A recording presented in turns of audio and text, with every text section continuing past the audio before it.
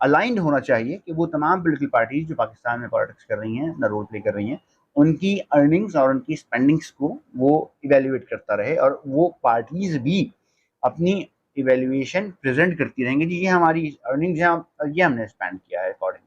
لیکن یہاں پرابلم یہ ہے کہ یہاں تو باقاعدہ کیسز کرنے پڑتے ہیں، اور مجھے نہیں پتا کہ الیکشن کمیشن کے پاس اگر اس کی کوئی رولنگ بھی موجود ہے یا الیکشن کمیشن کی ایسی کوئی رولنگ موجود ہے کہ ہر پولیٹیکل پارٹی کو اپنی جو ارننگز ہیں یا اپنی جو کلیکشن ہیں وہ پبلش کرنی ہوں گی. آئیڈیلی یہ کیا جانا چاہیے، لیکن اگر اس کے باوجود کہ یہ رولنگ موجود ہے کہ نہیں ہے، اور اگر الیکشن کمیشن پاکستان کے اندر یہ چیزیں کیسز کے تھرو ہی ایڈریس ہونی ہے، اور اس ایڈریس ہونے کے بعد کیونکہ اٹ سیلف الیکشن کمیشن کے اپنے معاملات کچھ ایسے رہے جو فاروق حبیب صاحب نے بھی اپنی آج کی اس میڈیا ٹاک میں ڈسکس کیا، کہ 8 کے قریب فیصلے ماضی قریب میں ایسے ہوئے ہیں کہ جس کے اوپر الیکشن کمیشن کی جو کریڈیبلٹی ہے وہ اسٹیک پہ ہے، یا کائنڈ آف بائسنس اسے کنسیڈر کیا جا سکتا ہے، یا اس میں بائسنس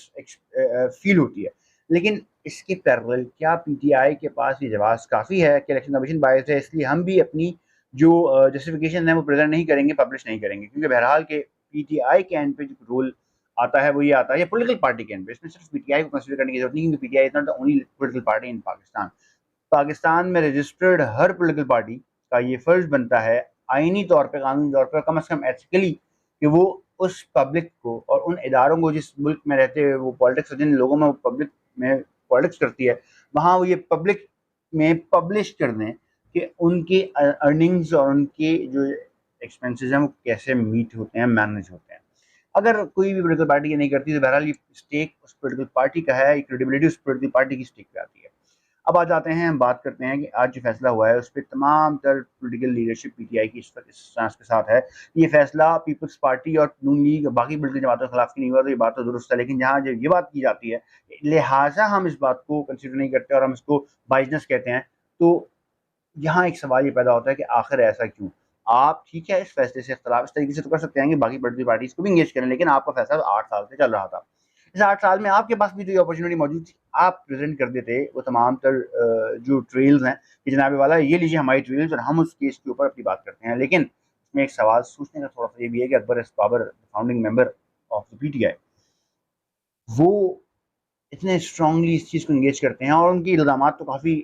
کچھ شدید ہیں کہ جس کے اندر وہ انٹرنیشنلی کچھ ایسی سائٹس ایسے لوگوں سے فنڈنگ کلیکشن کا بھی انڈیا بعض اوقات اپنی گفتگو میں اپنے انٹرویو دے چکے ہیں، جو کہ بہرحال اینٹی اسٹیٹ بھی ہیں. اس میں انڈیا شامل ہے، اس میں اسرائیل کا بھی کہیں نہ کہیں کچھ نہ کچھ تذکرہ موجود ہے. لیکن ان تمام چیزوں کو ایکسپلور، پروب اور پھر اس کے بعد ثابت ہونے کی بہرحال شاید ضرورت موجود ہے. لیکن اس کے ساتھ ساتھ کیا ایتھیکل گراؤنڈ یہ پولیٹیکل پارٹیز کا نہیں، وہ تمام پولیٹیکل پارٹیز جس ملک میں سیاست کر رہی ہیں کہ وہ اپنے ارننگس کو ڈکلیئر کر دیں؟ کیونکہ بہرحال کہ یہ وہ سسٹم ہے کہ جس کے اندر، جس کے تھرو ان تمام پولیٹیکل پارٹیز نے اس ڈیموکریٹک سسٹم کے تھرو الیکٹ ہونا ہے، اپنے آپ کو پبلک میں پریزنٹ کرنا ہے، پھر الیکٹ ہونا ہے، اور اس کے بعد پھر اس ملک کو سنبھالنا ہے، اس ملک کو ایمانداری کے ساتھ چلانا ہے. آپ اس ملک میں دیکھ لیجیے کہ جتنی بھی پولیٹیکل پارٹیز ہیں ان کی پرفارمنس ایک الگ ڈیبیٹ، لیکن ان کا منشور، ان کا مینیفیسٹو بہرحال سروسز، خدمت، فلاح اور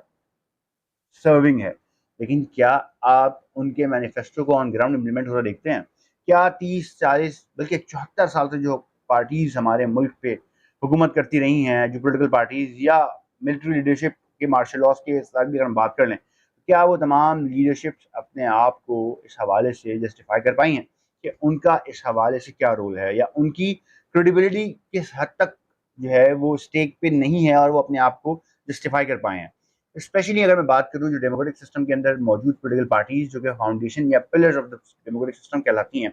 ان کا اپنا اسٹیک میں نے اس پورے پوڈ کاسٹ میں ڈسکس کیا ہے. لہٰذا اس وقت بہت اہم ضرورت اس بات کی ہے کہ ٹھیک ہے ایک طرف کی باقی پولیٹیکل پارٹیز کو بھی اس کے اندر ایویلویٹ ہونا چاہیے، لیکن بہرحال آج ایک سوالیہ نشان پی ٹی آئی کے لیے بھی موجود ہے کہ کیا جو خان صاحب نے اپنے ایفیڈیوٹ سبمٹ کیا تھا وہ ان کے آن گراؤنڈ ڈکلیئرڈ چیزوں سے اور آن گراؤنڈ ایکسپلورڈ یا پروبڈ چیزوں سے میچ کرتا ہے؟ اگر نہیں کرتا تو پھر یہ ایسا کیوں ہے کہ ہماری جو آئیڈیلائزڈ لیڈرشپ ہے وہ بھی ان معیارات پہ پورا نہیں اتر پاتی کہ جس کو وہ ہمیں کہتی ہے کہ ایسا لیڈر ہونا چاہیے اور ویسا لیڈر ہونا چاہیے؟ لیکن میں ایک بات کنکلوڈ کرتے ہوئے کہہ دوں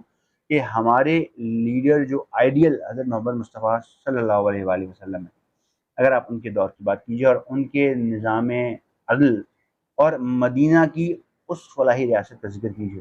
وہاں بہرحال یہ نہیں تھا. وہاں تو اتنا لمبا وقت نہیں لگتا تھا, 8 سال کا انتظار نہیں ہوتا تھا. محض نبی مہربان صلی اللہ علیہ وسلم کے دور میں اور خلفاء راشدین کے دور میں, تو جب وہ امیر المومنین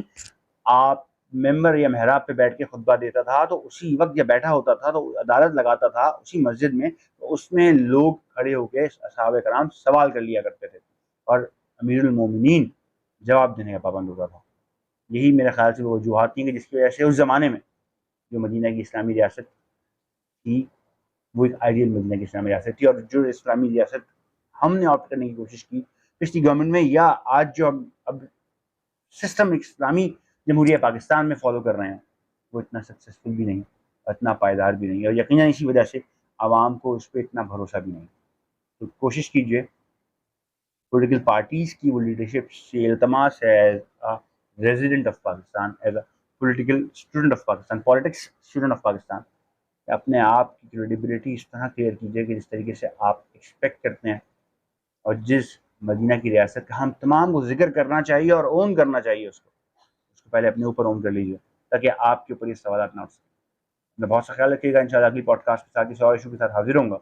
میرے اس چینل کو سبسکرائب ضرور کیجیے گا, کیونکہ آپ کے سبسکرپشن کی صورت میں مجھے آپ کا تعاون اور اپنی سپورٹ حاصل ہوگا. خدا حافظ.